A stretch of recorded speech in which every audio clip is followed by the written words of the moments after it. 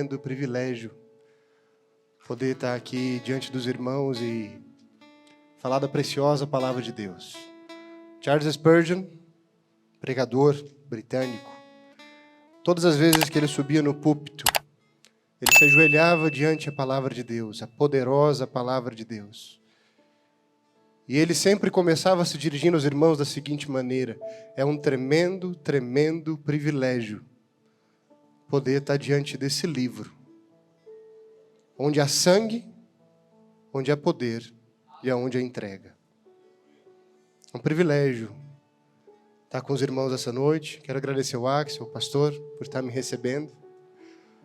Bênção do Pai. Queridos, não sei vocês, mas algumas das canções que a gente cantou hoje, eu confesso que o meu coração se apertou um pouco. E ele se apertou no sentido de que enquanto eu ouvia a letra, em uma dessas canções, dizia que eu vou me desgastar até que Cristo volte. Eu não sei se vocês prestaram atenção nessa letra. A gente muitas vezes canta sem entender o que está sendo cantado. Mas o que essa canção diz é que você vai desgastar a sua vida. Eu engasguei. Eu falei: Senhor Deus, eu estou fazendo isso. Eu estou gastando a minha vida em prol da Tua palavra, em prol do Teu Evangelho. Eu quero dizer para os irmãos que há muitas pessoas gastando a vida em prol do Evangelho, por todo o globo, por todo o mundo. A gente está prestando muita atenção esses dias no avivamento de Asbury, que estava acontecendo agora lá nos Estados Unidos. Não sei se os irmãos acompanharam ou não. Esse avivamento de Asbury não tem nem comparação com o avivamento que está acontecendo no campo missionário. Nós não sabemos, porque a grande maioria dos países em que estão acontecendo avivamento são países em que o Evangelho não é permitido ser pronunciado, em que o nome de Jesus não pode ser gritado como a gente gritou essa noite. Mas nesses lugares, irmãos corajosos estão colocando a vida à prova todos os dias. E quando eu falo isso, não falo no sentido figurado. Todos os dias eles saem de manhã para pregar o Evangelho, e eles correm risco de ter as suas famílias presas, de serem eles mesmos presos. Para os irmãos terem uma ideia, muitos deles já saem com a família preparada. Eles falam para a família: queridos, papai hoje pode ser preso, mas a causa da qual o papai vai ser preso é infinitamente mais digna do que qualquer coisa. Então não temam. Não temam. Alguns desses homens que têm gastado a sua vida têm feito com que o Evangelho se espalhe com uma rapidez que a gente não tem nem ideia. Para os irmãos terem uma ideia, tem mais ou menos 16.500 etnias no mundo. 16.500. Mais do que isso. Já documentaram hoje. Dessas 16.500 etnias, hoje os estudos mostram que faltam menos de 200 para serem alcançadas. Menos de 200 povos não alcançados. Às vezes a gente fala Maranata, ora vem Senhor Jesus, mas a gente não faz ideia do que isso realmente quer dizer. Deixa eu te falar uma coisa. A volta de Jesus está próxima. A volta de Cristo Jesus está mais próxima do que nunca. Os dois maiores sinais da palavra de Deus de que a volta de Jesus está se concretizando. Grande maioria olha para Apocalipse. Não olhe para Apocalipse. Jesus disse em Mateus 24, sermão escatológico dele: dois maiores sinais de que a minha volta será próxima. Preste bem atenção. Povos serão alcançados. E quando todos os povos forem alcançados, aí virá o fim. E o segundo sinal que Jesus disse: não se preocupa com guerra, com rumor de guerra, com terremoto. Isso vai acontecer mesmo. E vai piorar, e vai ter pandemia, e vai piorar. Essa não é a questão. A questão é línguas sendo traduzidas. E o segundo sinal, enganadores se multiplicando dentro da igreja. Muitos virão em meu nome. E vai parecer muito bonito. Vai parecer realmente o evangelho. O evangeliquez vai estar na ponta da língua. Mas eles vão enganar muita gente. E olhe bem, essa palavra enganar, ela é mal interpretada por nós. Porque enganar aqui é aquele que é extremamente parecido. Ninguém é enganado porque quer. Você já viu alguém ser enganado porque quer? Não. Não. Tem muita gente sincera dentro de igrejas e seguindo líderes que estão levando ela para um caminho de perdição. Muito parecido. Mas que não estão pregando o evangelho. 2 termos, só de forma didática, para vocês prestarem muita atenção nas palavras que vocês escutam. E eu peço isso encarecidamente, queridos. Prestem atenção. Se eu pregar alguma coisa aqui hoje que não está na palavra de Deus, feche a sua Bíblia e vai embora. É um clamor que eu te faço. Se alguém subir no púlpito da sua igreja, ou onde você for, e ele não dá reverência à palavra de Deus, vá embora. Não siga esses líderes. Ah, mas é um homem bom. Não quero saber se é um homem bom. Não quero saber se é um homem parecido, que fala de Jesus bonito. Igreja católica transforma muita gente, espiritismo transforma muita gente. Eu não quero essa transformação. Eu quero gente nascida de novo. Eu quero gente que tem uma pátria diferente. Não gente que tem uma religião melhor. Não gente que está agora melhor em uma característica ou outra. Jesus não quer mudar metade de você, querido. Jesus quer mudar você inteiro. Jesus quer todo o seu coração, não metade dele.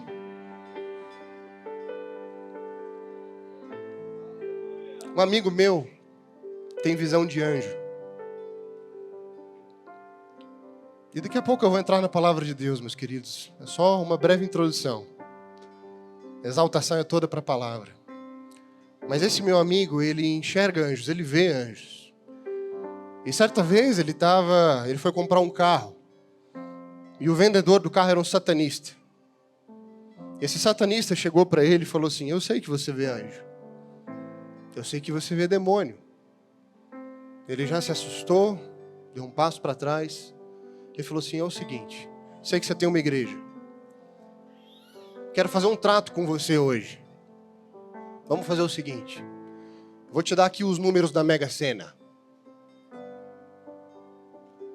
Se você não pregar sobre 2 tópicos, tá tudo certo, te dou aqui o número agora. Você vai ganhar. 2 coisas ele pediu para esse pastor, amigo meu. Não prega sobre arrependimento e não prega sobre pecado. Prega sobre o resto. Fala sobre bênção. Fala sobre muita coisa legal do evangelho. Fala sobre o poder de Deus. Fala sobre cura. Fala sobre Deus abençoar os irmãos da igreja. Mas não prega sobre arrependimento. E não prega sobre pecado. Ele guardou aquele papel, foi para casa. Falou: Senhor, eu não negocio a tua palavra. Não negocio o teu evangelho. Os números da Mega Sena, idênticos. Ele teria ganhado a Mega Sena. Ele não negociou o evangelho. Eu me lembro há um tempo atrás, eu estava num país da Ásia. Não posso falar o nome para os irmãos desse país. Mas, porque está sendo gravado, não está, Axel? Então eu não posso falar o nome do país. Mas é um país da Ásia. Eu estava caminhando em uma cidade no alto das montanhas com alguns líderes. E esses líderes, um deles tinha plantado mais de 40 igrejas, o outro tinha mais de 5 agências missionárias. E por onde nós íamos no meio daquela cidade, 2 agentes do governo desse país, quase falei o nome, nos seguiam. E onde nós sentávamos, esses agentes também sentavam, tentando escutar tudo o que nós falávamos.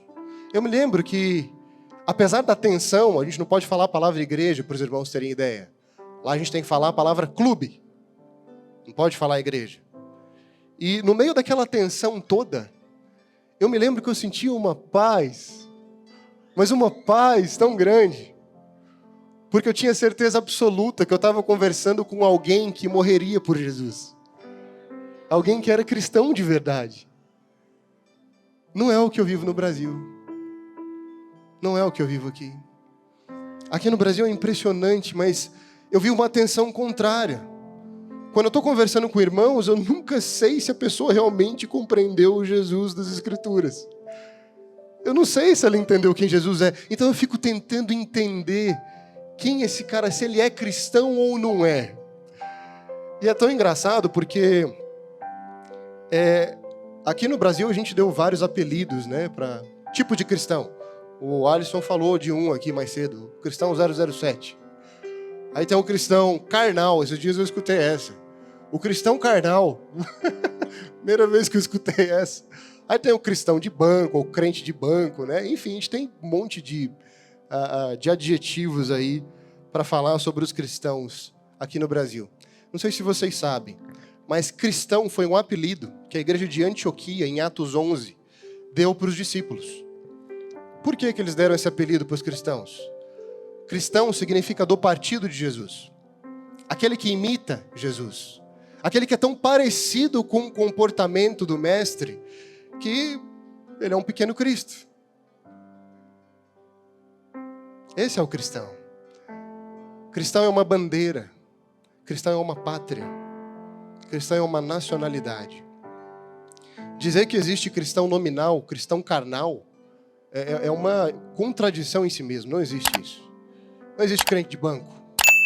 Não existe crente nominal. Não existe crente que não faz a obra de Deus. Não existe isso. Quero ler com vocês Lucas, capítulo 9. Queria que todos os irmãos se colocassem de pé em reverência à palavra de Deus. Capítulo 9, nós vamos ler do verso 23 ao verso 26. Eu estou lendo na versão NVT. A página da minha Bíblia é 1203. Se algum irmão ao seu lado tiver com dificuldade de encontrar, por favor, ajude-o a encontrar. Esse é o momento mais importante do culto, a leitura da palavra de Deus. Todos encontraram? Digam amém. Amém um pouco mais forte, para eu saber que encontraram mesmo. Amém. Glória a Jesus, queridos. Deus é bom. Diz assim a palavra de Deus.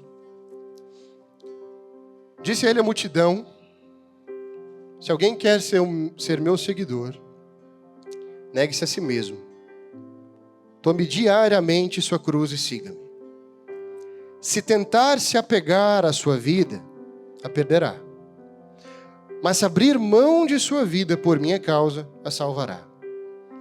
Que vantagem há em ganhar o mundo inteiro, mas perder ou destruir a própria vida? Se alguém se envergonhar de mim e de a minha mensagem, o Filho do Homem se envergonhará dele quando vier em sua glória e na glória do Pai e dos santos anjos. Esse texto é fantástico. Esse texto, ele remete a um marco na palavra de Deus. No início do texto, Jesus, aqui no capítulo, no verso 1, Jesus ele envia os 12 discípulos dele para sair pelas regiões para pregar o evangelho pela primeira vez, sozinhos. Até então, eles só acompanhavam Jesus. E aí Jesus fala para eles, agora eu vou dar autoridade para vocês para expulsar demônio e curar, beleza? Só que tem uma condição, tem uma coisa. Olha o que diz aqui o verso 2. Depois enviou-os para anunciar o reino de Deus e curar os enfermos. Ele os instruiu dizendo, não levem coisa alguma em sua jornada, nem cajado, nem bolsa de viagem, nem comida, nem dinheiro, nem uma muda de roupa extra. Quando Jesus, pela primeira vez, envia os seus discípulos, ele fala, vocês vão, mas vocês vão aprender o que é depender de mim.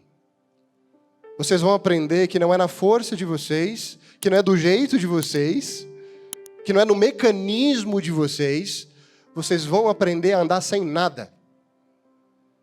É como se Jesus estivesse aqui hoje, no nosso meio, e falasse assim, tira o som, tira tudo, tira todos os confortos possíveis e prega o evangelho. É isso que tem poder. Dependa de mim. É fantástico, porque os discípulos saem, eu fico imaginando, que tipo de mestre que é esse, né? O cara pede pra gente ir sem lenço e nem documento. Meu Deus, isso é um senhor muito inconsequente, né? Eles vão da mesma forma e começam a pregar em várias regiões. Depois de um tempo eles retornam para Jesus e retornam com uma multidão. Muita gente escutou falar de quem Jesus era, inclusive Herodes, o texto vai dizer. E aí muita gente começou a burburinhar. Quem que é esse cara? Quem que é esse Jesus? Ah, rapaz, eu sei quem ele é. Ele é a ressurreição de João Batista. Aí outros falam, não, você não está entendendo. Ele é um profeta novo aí que veio para abalar as estruturas aqui de Roma. O cara veio para subjugar César. E cada um pensava que Jesus era uma coisa. Ao que muitos chegaram perto de Jesus, uma multidão, e aí Jesus falou, olha, agora vocês vão dar de comida para esse pessoal que vocês trouxeram. Os discípulos olham para um outro e falam, cara, esse cara tem fé mesmo, né? Jesus, não sei se você viu a multidão que está aí atrás, é muita gente. Tanto que Jesus fala para eles, olha, tá, vamos lá. Separem grupos de 50. Imagina a multidão que era, muita gente. Separem grupos de 50. O que vocês têm? Ah, a gente tem 5 pães, 2 peixinhos. Jesus, mais que suficiente. Daí. Para mim não tem problema esse negócio. Jesus faz um milagre e alimenta a todos. Muito fácil. Em seguida, Jesus está sozinho com os discípulos e ele começa a orar ao Pai. Tem algo que parece que perturba a mente de Cristo nesse texto. E Jesus começa a orar e ele olha de novo para os discípulos. Ele faz 2 perguntas para os discípulos. Tem muita gente aí que está atrás de mim, né? Tem muita gente. Deixa eu fazer uma pergunta para vocês. Quem vocês acham que essa multidão pensa que eu sou? O que eles dizem que eu sou? Quem eles dizem que eu sou? Aí eles falam, tem muitos aí que falam que o senhor é profeta, que o senhor é Elias, que o senhor é, sei lá, um bando de coisa aí. Aí Jesus olha bem para eles, eu imagino que Jesus olhou bem para eles, nos olhos dele, e falou assim, e vocês? Quem vocês pensam que eu sou? Pedro levanta. Ah, tu és o Cristo, o Filho do Deus vivo, o Deus Todo-Poderoso. Eu creio que Jesus deve ter respirado, aliviado, falado, amém, coisa boa. Entenderam, né? Parece que os discípulos, ou alguns dos discípulos, tinham entendido, mas a multidão ainda parece que não tinha entendido. Muitos seguiam a Jesus, e muitos seguem a Jesus, e estão aqui hoje nessa igreja, eu lamento dizer, pelos motivos errados. Tem muita gente que está aqui hoje, como a multidão, querendo um curandeiro. Tem muita gente que está aqui só porque a vida financeira foi destruída. E aí quer que Jesus reestruture a sua empresa. Não tem nada de errado com isso. Mas Jesus está falando assim, gente, eu sei que esse pessoal quer estar onde eu estou, mas estar onde eu estou não significa fazer o que eu faço. Estar onde Jesus parece estar presente, não quer dizer que você é discípulo ou seguidor de Cristo. Vir na igreja domingo não te faz cristão. Aceitar Jesus no seu coração, como muitos dizem, não faz de você cristão. Muitos chamam à frente e falam assim, vamos fazer uma oração por irmão? Você quer aceitar Jesus como seu único Salvador? Sim, maravilha, convertido. Mentira. Aonde que está isso na palavra de Deus? Se você compreender no seu coração, que diz Romanos 10, como que você julga isso? Você precisa de tempo para dizer se a pessoa compreendeu no coração dela quem Cristo é ou não. Eu não posso falar que uma pessoa é cristã pelo fato dela falar. Não, agora eu sou cristão, agora eu aceito Jesus. Qual Jesus que você está aceitando? Qual tipo de Jesus que você está aceitando? Eu dormi na Cracolândia por 7 dias. E ali eu vi irmãos aceitando Jesus uma vez após a outra. Irmãos vinham com violão, tocavam música bonita, davam sopão. Quem quer aceitar Jesus? Quem não quer aceitar Jesus depois disso? Eu quero aceitar esse Jesus. Me dá comida, me dá sapato. Sabe o que acontecia depois? Na Cracolândia, em São Paulo, tem uma ruazinha que é proibida. Ninguém entra, nem polícia entra. E ali eles trocavam tudo que eles ganhavam por droga. Gente que aceitou Jesus 10 vezes. Aceitar Jesus não é parâmetro de discipulado. Olha o jeito que Jesus começa, o verso 23. Aqui o negócio fica sério.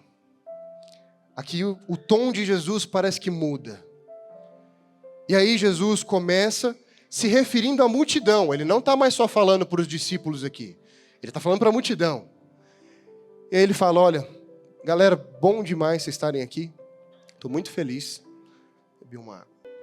Estou achando muito bom, né? Graças a Deus, olha só. Creio que Deus trouxe vocês aqui. Mas deixa eu falar para vocês. Não é qualquer um que é meu seguidor, não. Não é. O texto começa com a proposição se. Olha só. Se alguém. Esse se do grego é ei. É condição. Do grego isso remete a uma necessidade, a uma exigência. Olha lá. Se alguém. Ei, do grego. Se você quer seguir, é uma condição que Jesus dá. E aí, depois de estabelecer a exigência, ele fala os termos, como um contrato. E o que esse texto quer dizer para nós, grave bem isso, esse é o cerne do texto, é que há sim condições para ser um discípulo de Jesus. 3 condições que o texto expõe para a gente. Negar a si mesmo, tomar a sua cruz e seguir os seus passos. Eu vou repetir. Há uma condição clara na palavra de Deus para ser seguidor de Jesus. Negar a si mesmo, tomar a sua cruz e seguir os passos do Mestre. Primeira coisa que esse texto então quer dizer, negar a si mesmo. Esse é um termo bem escasso hoje nas pregações, infelizmente, nos nossos dias. E normalmente quando as pessoas falam sobre negar a si mesmas, tem 2 vertentes, tem 2 pensamentos. O primeiro pensamento, que é o mais comum, eu vou negar a mim mesmo?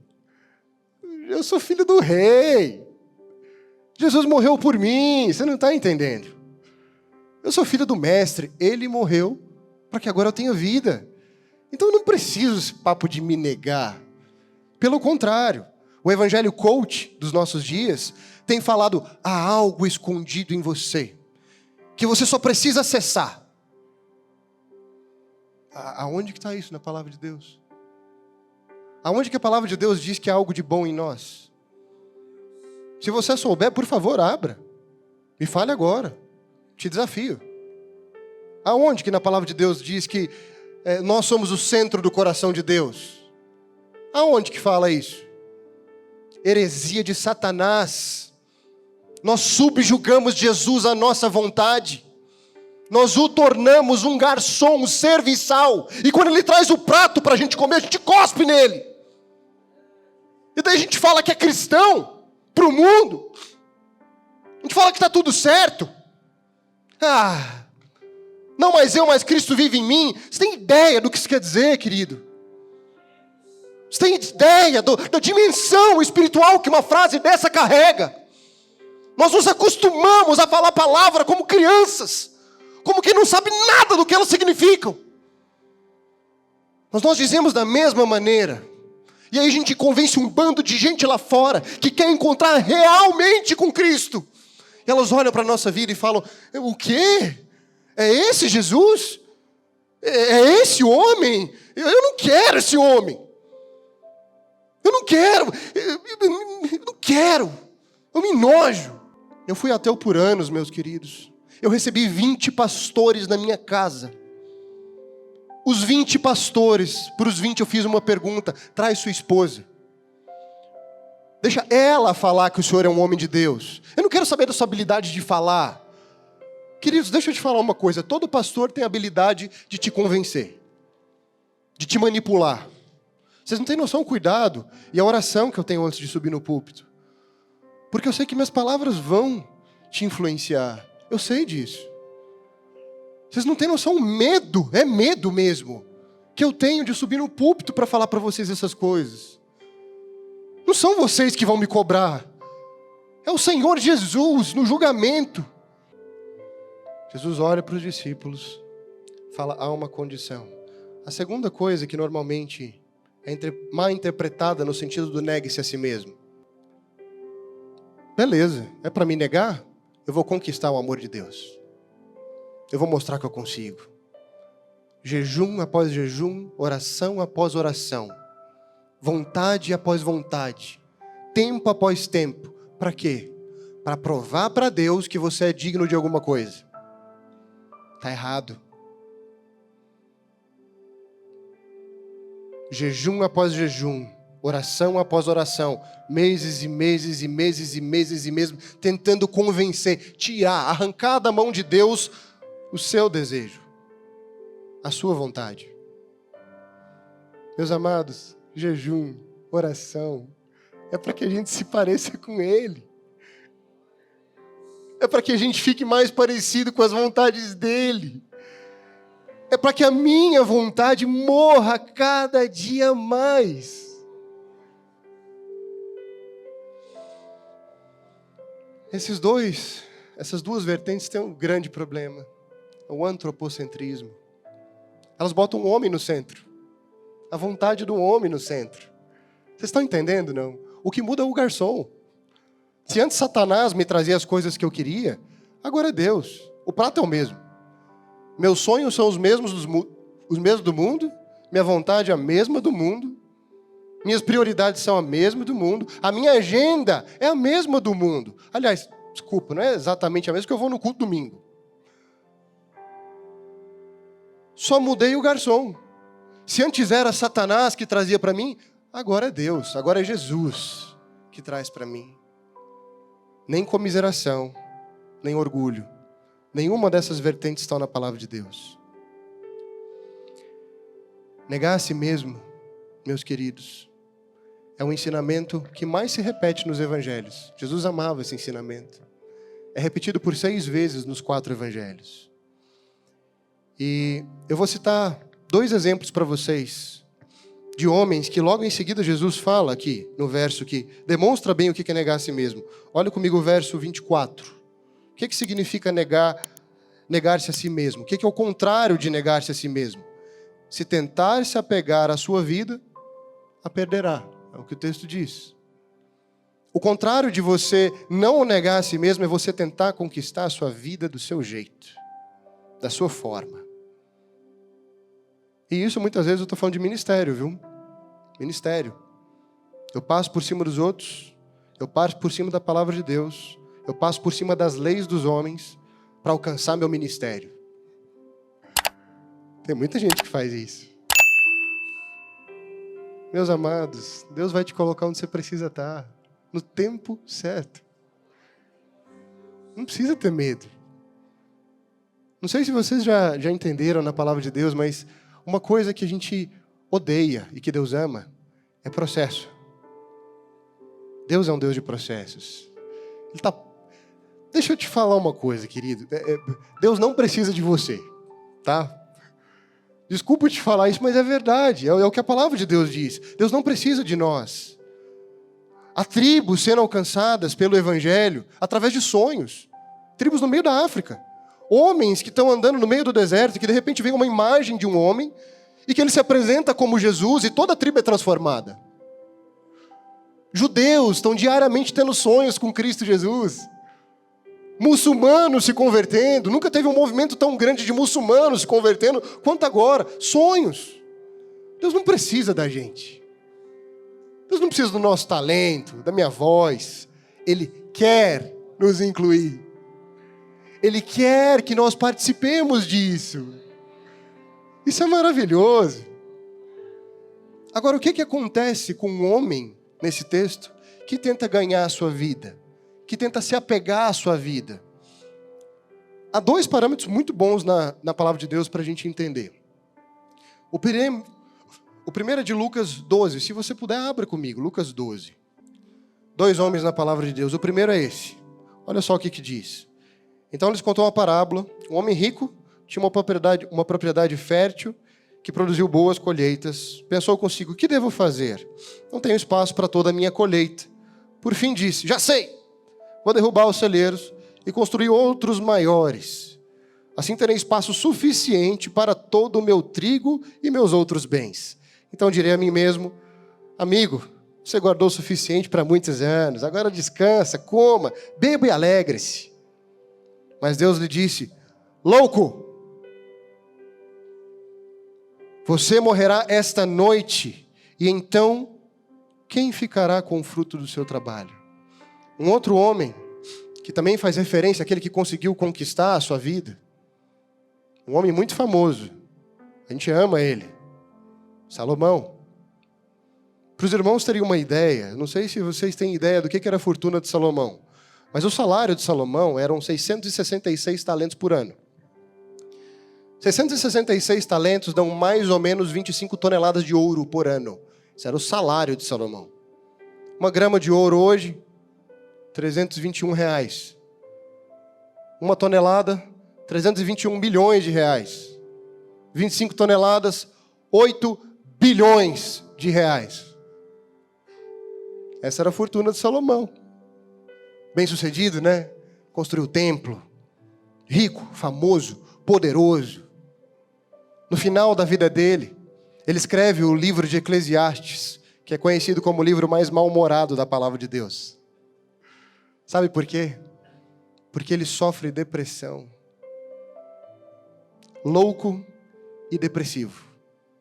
Se você tentar ganhar a sua vida, se você tentar ganhar a sua vida nos padrões que o mundo estabelece de sucesso, você está fadado a uma vida fútil e vazia. Vaidade das vaidades, é o que ele diz. Futilidade das futilidades.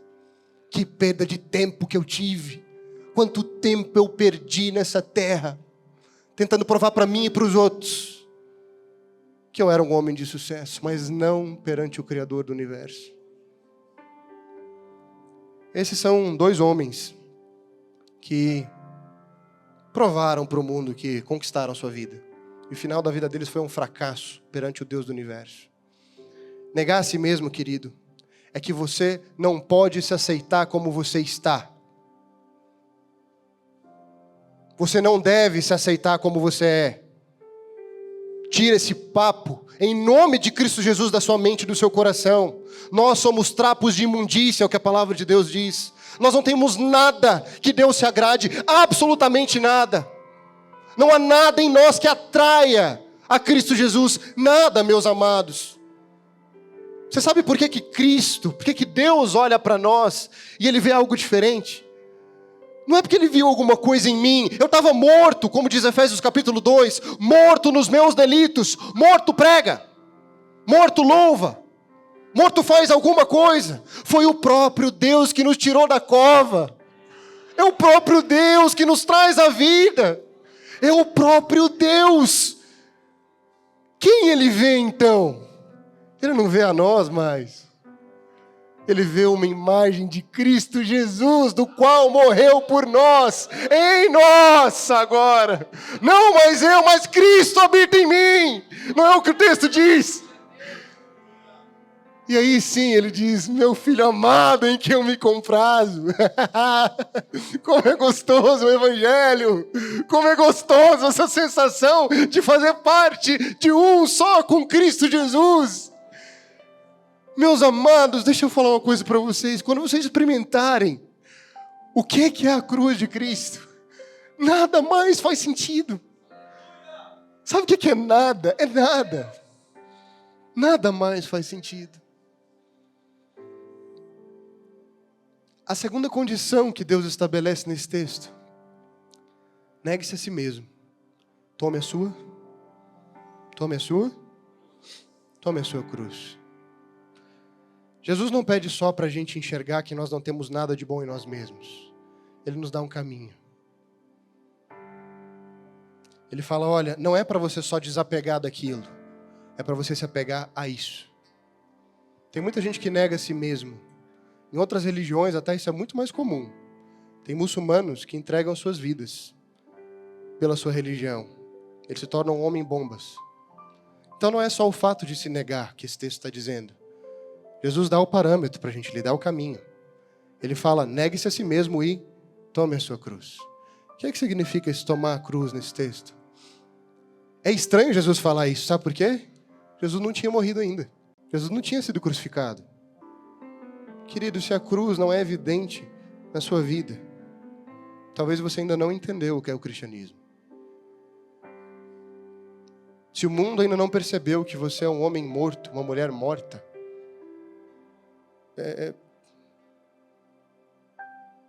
provavelmente Cristo ainda não entrou no seu coração.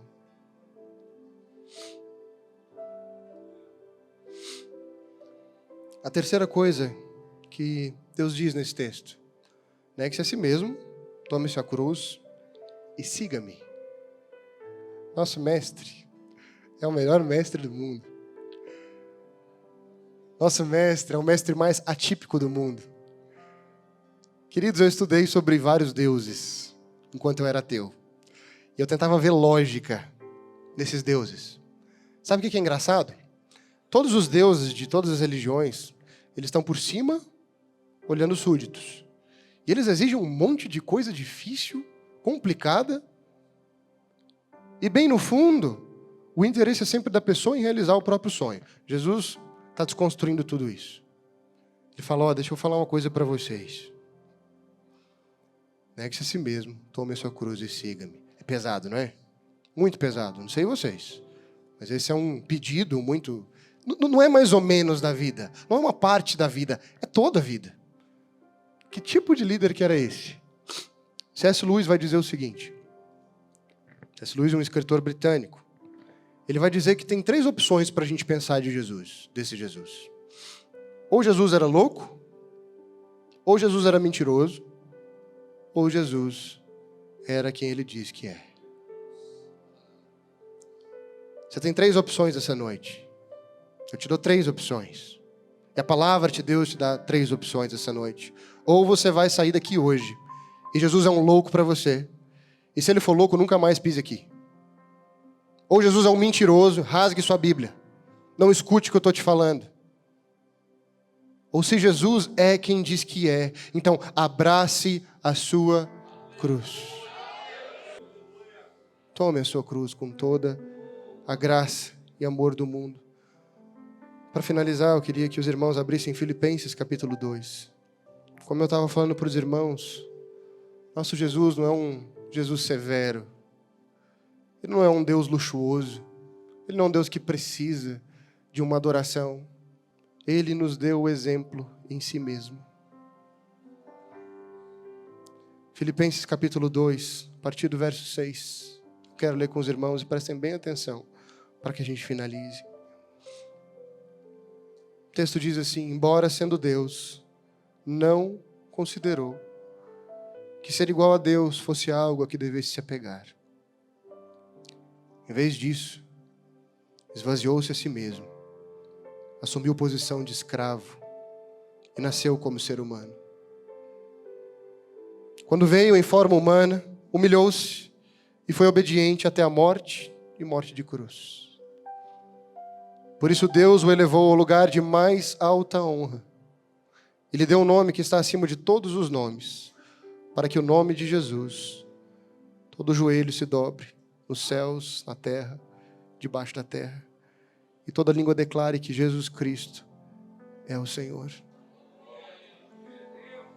Jesus não só nos pede para fazer algo desse tipo, Ele fez. Ele fez, meu amado. Ele não está sendo severo demais com a gente, pelo contrário. Ele está falando, para de tentar viver a vida nos seus parâmetros, você não dá conta. Para de tentar salvar seu casamento nos seus parâmetros, no seu grito, da sua forma. Para de tentar erguer o seu trabalho com os seus parâmetros, do seu jeito, da sua forma. Para de tentar ficar apresentando o evangelho para os seus, do seu jeito, da sua maneira, dos seus parâmetros, da sua forma. Admita que você é fracassado. Para que você agora abrace aquele que venceu. Aquele que venceu a morte. Aquele que ressuscitou ao 3º dia. E aquele que promete para a gente uma vida muito mais plena do que pode pensar e imaginar. Meus amados, como é bom ver os nossos sonhos serem destruídos por Jesus, para que Ele coloque os sonhos dele na gente. São nossos sonhos, queridos, são diminutos, são pequenos, a gente não sabe sonhar, não. Cristo diz, substitui tudo isso, substitui a lógica, substitui a pessoa. Deixa eu, pelo amor de Deus, deixa eu entrar. A palavra de Deus diz, eis que estou à porta e bato. Se alguém ouvir, eu vou entrar e eu vou ceiar com você.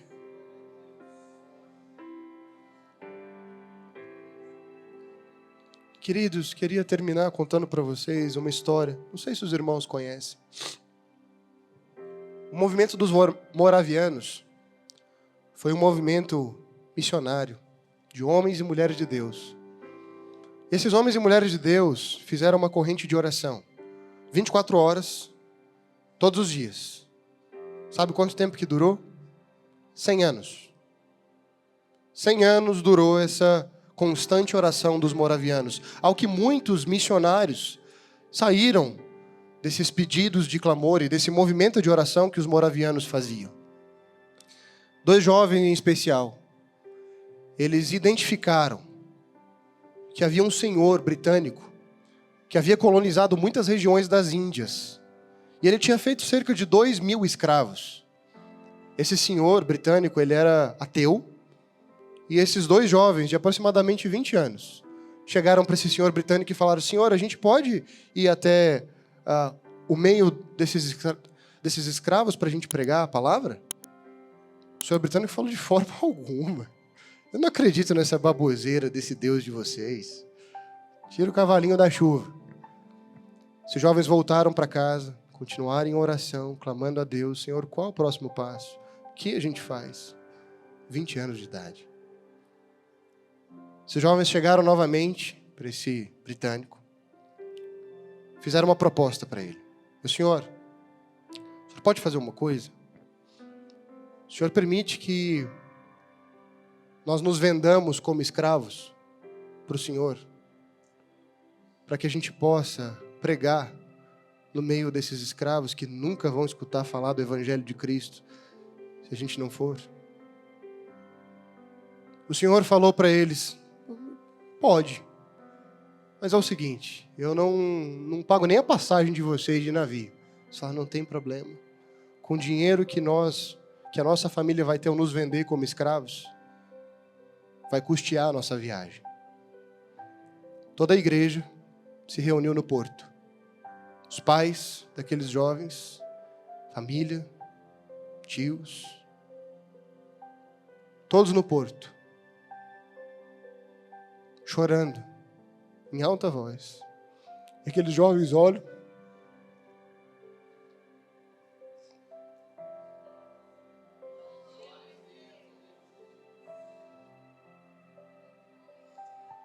aqueles jovens olharam e falaram assim, não vale o sacrifício de Cristo toda a nossa vida. Não vale o cordeiro imolado receber a glória pelo seu sacrifício. Não vale aquele que carregou a cruz de nós todos, a morte que era minha e sua, receber toda a honra, glória, majestade e toda a minha vida para Ele. Meus queridos, o que Jesus precisa fazer mais por você? Para que você se entregue a Ele. Para que você entregue sua empresa a Ele. Para que você tenha fé e creia que Ele é quem vai te sustentar. Qual mais demonstração de amor você precisa no CS? Qual mais demonstração de amor você precisa? Fala para mim. Se tiver algo que esse homem precisa fazer por você hoje, a mais, fala para mim. Meus amados, se você ainda não entregou a sua vida para esse Cristo, para esse Jesus, para esse Senhor dos senhores, dono de toda a terra, que mudou o coração de muitos e tem transformado através dos séculos, eu queria te chamar hoje aqui à frente para orar por ti. Queria que você viesse aqui, caso você queira realmente se reconciliar com Cristo Jesus, Dizer para Ele que você quer negar a si mesmo, que você quer assinar hoje esse papel, dizendo: eu me nego, eu tomo a minha cruz e eu te sigo.